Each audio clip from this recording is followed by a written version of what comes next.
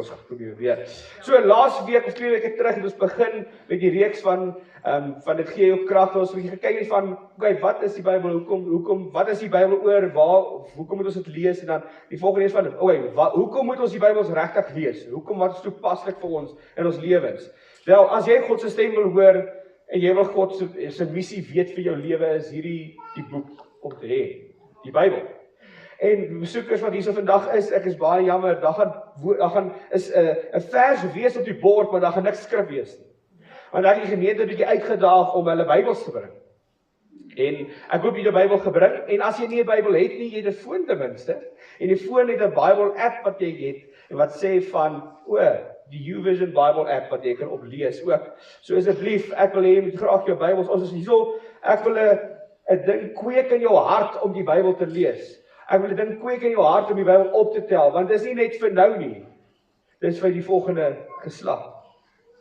So waar ons vandag 'n kinderinseënings het, ons het 2 kinderinseënings vandag wat 'n wonderlike voorreg gesit, maar die grootste geskenk is nie 'n nalatenskap wat vir kinders los nie, dis nie geld nie, dis nie eiendom nie, dit is die Here wat jy in hulle belê. Amen. So hierdie is vandag 'n Bybel om eendag vir jou kinders te gee. Dis om eendag vir jou kinders te sê van hoe het Jesus geleef en hoe kan jy deur hierdie wêreld gaan? Want hulle het ook soveel vrae as jy gaan hê en soveel meer in hierdie wêreld vandag. Om 'n Bybel te besit beteken nie dat jy gevorm word deur die Bybel nie. Dis dieselfde as jy kerk toe kom, dit beteken nie jy's 'n Christen nie.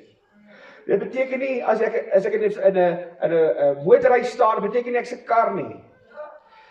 Maar wanneer jy besluit om Jesus aan te neem, maak dit jou 'n Christen. Wanneer jy hom as die saligmaker aanneem, maak dit jou 'n kind van God. En waar ons 'n besonderse dag het waar ons kinders gaan inseën, maak ons 'n seën nie net op kinders nie, maar dit herinner ons van onsself aan die verantwoordelikheid wat ons het as ma's en pa's en oumas en oupas, ooms en tannies, niggies en neefies. Ons het 'n verantwoordelikheid vir die volgende geslag. Amen. Kinders word nie gedisipel by toeval nie. Jy gee nie die Bybel vir hom gee en sê, hierso seun, lees die Bybel, en wat gaan hy doen? Die Bybel gaan net daar lê, hy gaan stof gaar. Miskien gaan hom oopmaak, maar hy kan sien, die soveel goed wat in die Bybel gebeur, is so groot boek, hoe gaan ek hierdie lees? Hy weet nie hoe nie. Iemand moet hom leer, iemand moet hom die woord leef, en iemand moet hom met sy geloof uitdaag. En iemand moet vir hom wys hoe om te doen. En daai verantwoordelikheid is eerstens op die ouers.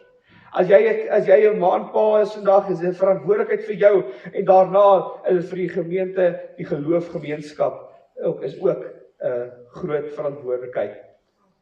Die Joodse volk het duisende jare het hulle geloof behou sonder kerk, sonder Bybel, sonder selfone, sonder tegnologie. Hoe het hulle dit reg gekry? Hoe het die Joodse mense dit reg gekry om hulle geloof so te laat sterk staan deur al die jare? Want hulle het hulle kinders geleer om dit te leef by die huis. Die huis is die eerste plek waar kinders leer. Die huis, die eetkamertafel, die slaapkamer, wanneer jy daar by jou kinders is, dis waar jy hulle leer. En dis waar die kinders van die Joodse kinders geleer het, hulle die Shema geleer van kinds af. Deuteronomium 6 vers 4 tot 5, dit gaan nou op die bord verskyn, maar die hele vers nie. Hulle het gememoriseer. Hulle kon dit net sê. Want dit is 'n eetkamertafel, nie by die sinagoge was hulle eerste klaskamer was nie die sinagoge nie, dit was die eetkamertafel. Dit was in die badkamer. Dit was in die slaapkamer. Dis waar geloof oorgedra is. Want kinders sien hoe jy lewe. Jou kleinkinders sien hoe jy lewe. En hoe jy jou Bybel optel en hoe jy tyd met die Here spandeer, is wat hulle sien. Amen. Kyk, so tel jou Bybels op en ons gaan na Deuteronomium 6 vers 4 tot 6. As jy nie die Bybel het nie, ek gaan hom vir jou lees. Maar ek wil graag, soos jy nou nie so is, ek's baie jammer, maar jy gaan nou net daar so 'n mooi vers daar so kry. Memoriseer hom, skryf hom neer, gebruik 'n foon, jy mag met liefde 'n foon gebruik. Asseblief nie op WhatsApp gaan nie. Ok, Deuteronomium 6 vers 4 tot 6. En hierdie van die kinders moes altyd onthou het vir hulle self. Hoor Israel, die Here, ons God, is die enigste Here. Daarom moet jy die Here die Here jou God lief hê met jou hele hart en met jou hele siel en met al jou krag. En hierdie woorde wat ek vir jou vandag beveel, moet in jou hart wees. So wat sê dit vir ons? Wat sê God vir ons hierso? Leer eers jou kinders. Leer jou kinders. Hy sê, jy gesê leer jou kinders. Nee, hy het dit gesê nie. Julle lees nie reg nie. Kom ons lees hom weer. Hoor Israel, daarom moet wie? Jy, die Here jou God lief hê, met jou hele hart, met jou hele siel en met al jou krag. So wie is dit eerste dag gewys? Jy, ek. En dan sê hy, hierdie woord moet in jou hart wees. So wat? Hierdie woord moet in jou hart wees. Van wie se hart moet hy wees? In my hart. So as jy 'n pa is, 'n ma is, 'n ouma, oupa is, 'n oom en tannie is, moet die woord in jou hart eerstens wees. Voor jy dit kan uitgee. Ons het al so 'n tyd terug in ons preek gehad van die oorvloed. Jy kan nie lewe om te gee en jy kry niks in nie. Dis hoekom 'n ma en pa so belangrik is om 'n tyd in die woord te spandeer en regtig in te neem wat God vir hulle sê. So voordat jy jou kind se hart by jou hart kom en hy eers in joune inkom. So dis belangrik dat jy jou woord ken, jou woord lees en nie net heeltyd verwag dat ander mense dit moet doen nie. As ek nou kom ons vra so, oumas en oupas. Dis baie maklik, jy vat jou foon en gee vir jou kleinkind, wat gebeur? Hulle weet om daai foon te werk. Is dit nie so nie? Hulle weet goeders om te stel wat jy nog nooit in jou lewe gesien het nie. En vir al ons ook, paas en paas. My seentjie is nou 3 jaar oud, hy kry onsself om so nou en dan, maar hy kyk nie, hy weet nie om te dan lok nie, want ek kan ons pin nie. Dankie tog vir dit. Maar as jy vir homself wil gee, weet waar om die knoppie te druk, hy weet waar om sagter en harder te sit. Hoekom? Hy het hom nie geleer nie, hy kyk wat ma en pa doen. Hy kyk wat mamma en pappa doen. En hy doen dieselfde. Hy doen dit, soos jy jou kinders wys hoe belangrik hierdie Bybel is en hoe jy dit so smag na en so lief het, om by Jesus uit te kom, gaan hulle sien hoe belangrik dit is, om dit ook op te tel. Maar kom ons dan, die Romeine 6 van 4 tot 6 gelees, en nou gaan ons na vers 7 toe. So as jy nog daar is, hou hom daar, ons gaan na vers 7 toe. Jy moet jy moet dit inskerp by jou kinders, en met hulle daaroor praat, as jy in jou huis is, as jy op die pad is, as jy gaan slaap, en as jy opstaan. So wat sê dit vir ons so mooi? So dit sê, praat daaroor, wat moet jy oor praat?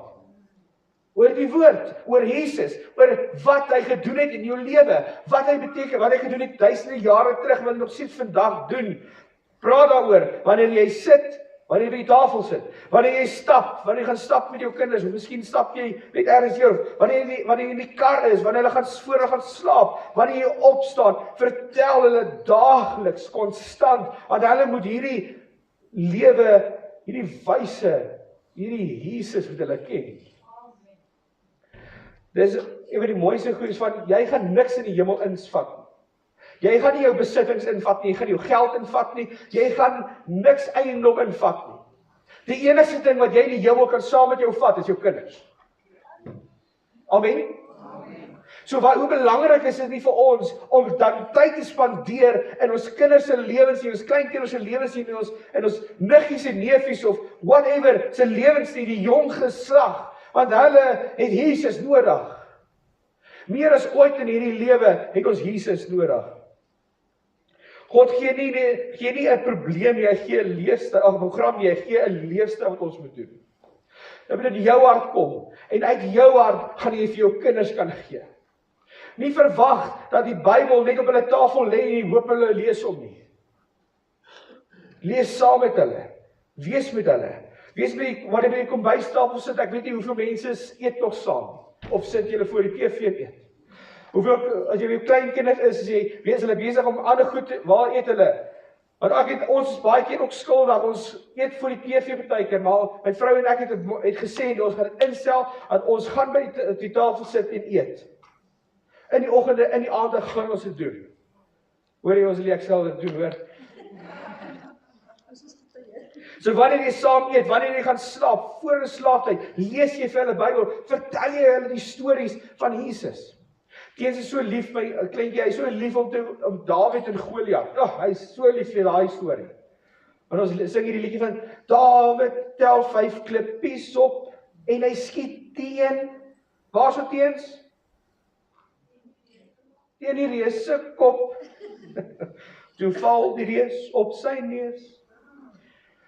So hy is so lief vir dit, want dit is 'n verhaal wat ons 'n storieboek het, en ons, nie storie nie, is 'n ware verhaal. Mooi praat, die storie is 'n ware verhaal, wat ons vir ons kinders vertel. So die disipelskap begin by die huis, die disipelskool begin by die huis, alles wat 'n kind leer, begin by die huis. Amen. Okay. So, julle kan na julle Psalm 78 toe gaan, vers 4 tot 7. Psalm 78, vers 4 tot 7.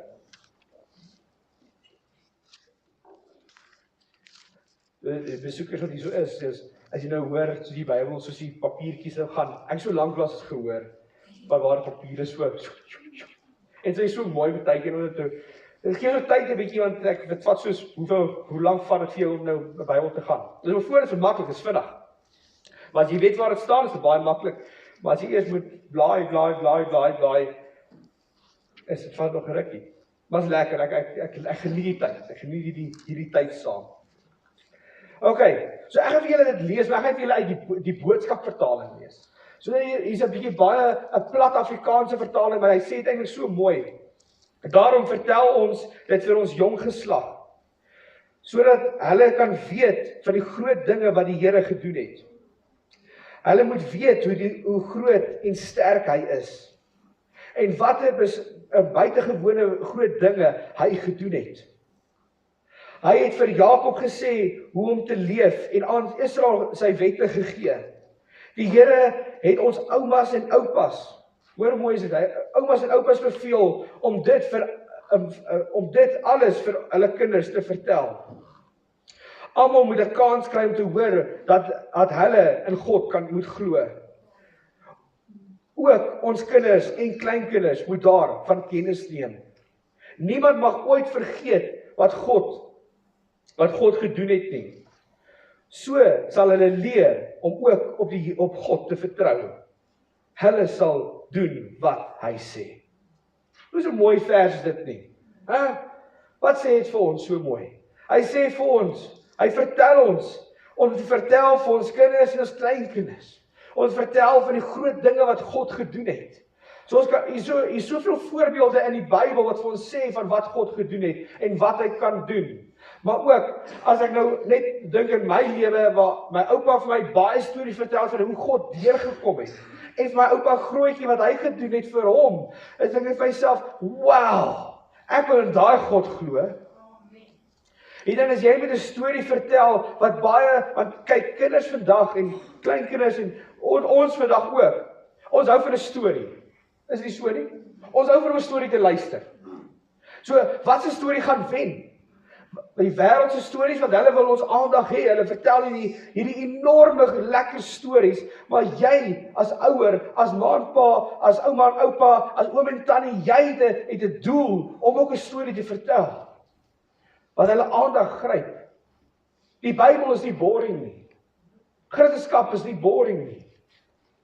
Maar dit is lewendig. Dit is nog steeds toepaslik vir ons vandag. Ons het gesê hoe lewend die woord is, jy kan vandag lees, 10 jaar later, kan jy nog steeds dieselfde vers lees, dit beteken heeltemal iets anders vir jou in daai tyd. Amen, okay. Het vertel ons dat ons geloof kan oorleef. Elke geslag ontvang die woord. Ons elke geslag kry 'n Bybel, nê? Jy gee vir jou kinders 'n Bybel, jou kinders het 'n Bybel, jou kleinkinders het 'n Bybel, jou agterkleinkinders het miskien al 'n Bybel. Maar is nie van as hulle 'n Bybel het nie, is van hulle leef dit. Want het jy al 'n fakkeldraer gesien? Dus mense wat die Olimpiese spele aan dra ons die fakkel, né? Dan gaan ons van land tot land tot land tot land. Is reg? Is ek reg? Okay, goed. So jy weet wat hy doen, hy vat die fakkel, en wat moet hy gaan doen as hy by 'n ander land kom? Hy gee dit oor. So ander het ook 'n fakkel miskien, en hy gee die vlam oor, en hy gaan verder. En dis presies wat ons moet doen. Ons het die vlam, ons het die fakkel, maar die vlam moet ons oorgee ook. Ons kan nie die fakkel oorgee nie, ons moet die vlam oorgee. En dis wat belangrik is van vandag se lewens, is van ons het 'n verantwoordelikheid om Jesus se lewende, aktiewe leefstyl oor te dra vir ons volgende geslag. Amen. Okay, volgende vers. Markus 10, vers 13 tot 16. Markus 10, vers 13 tot 16. 'n Baie bekende vers, as jy nou, soos altyd kinders insien, dan as jy lees hierdie vers, Matteus en Markus. Maar Markus 10, vers 13 tot 16. Dan weet ek wanneer dit so klaar is, die Bybel, die bladsy hoe op beweeg. Jy hoor dit nou, dat is gereed. Nog nie gereed. So, het jy 'n Bybel? Het jy 'n Bybel by die huis? Het jy 'n Bybel op jou foon ooit? Want dit is nodig vir ons elke dag om te lewe. Okay, goed. Die mense het die klein kindertjies na Jesus toe gebring, sodat hy hulle moet aanraak. Sy disippels het met die mense daaroor geraas. Maar toe Jesus dit sien, het hy onwaarlik en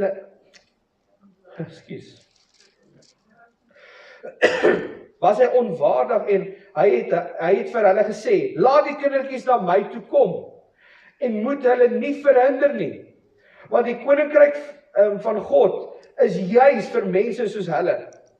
Dit verseker ek julle.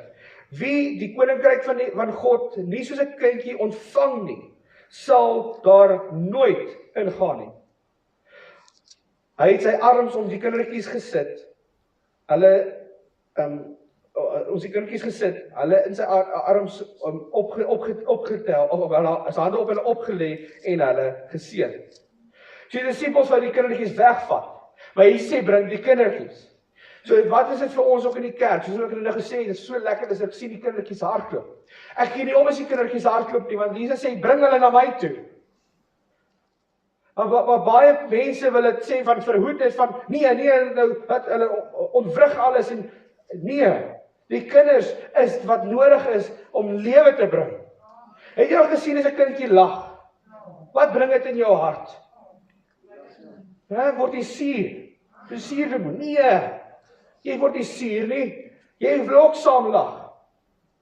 Ek lees 'n storie van waar hulle 'n kleuterskool na 'n ouer huis toe gevat het, en die kindertjies het met die ou mense gepraat en hulle het gesels en hulle het gelag, hulle het games gespeel en dit was so lekker geweest. En hulle vra na die tyd vir al die inwoners van die ouer huis van, nou wat is vir jou so lekker geweest toe die kindertjies gekom het? Een tannie, sy sit daar en sy sê, sy is so lank klaas, so lekker gelag.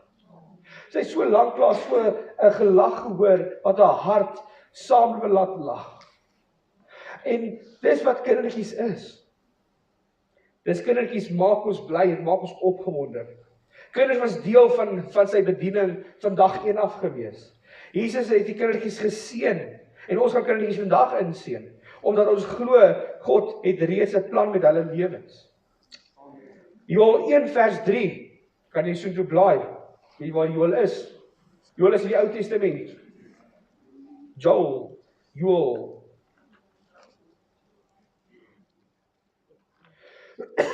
1 vers 3.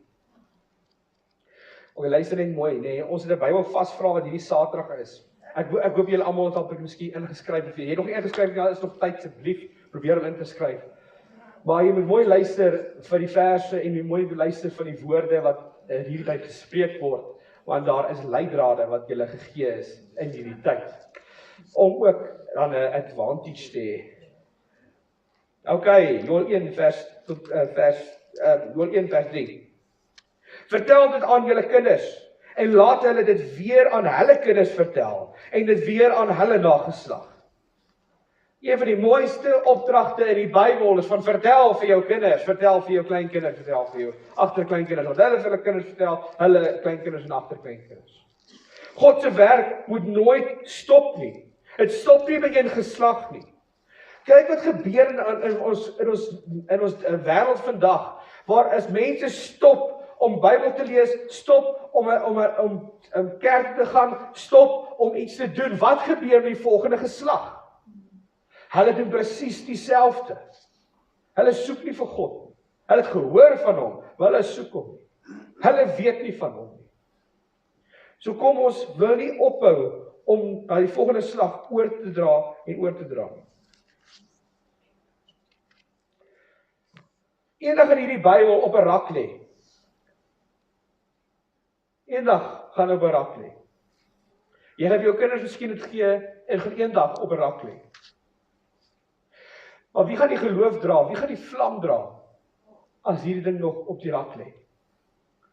My boetie en sussie, oumas en oupas, ouers, luister vandag.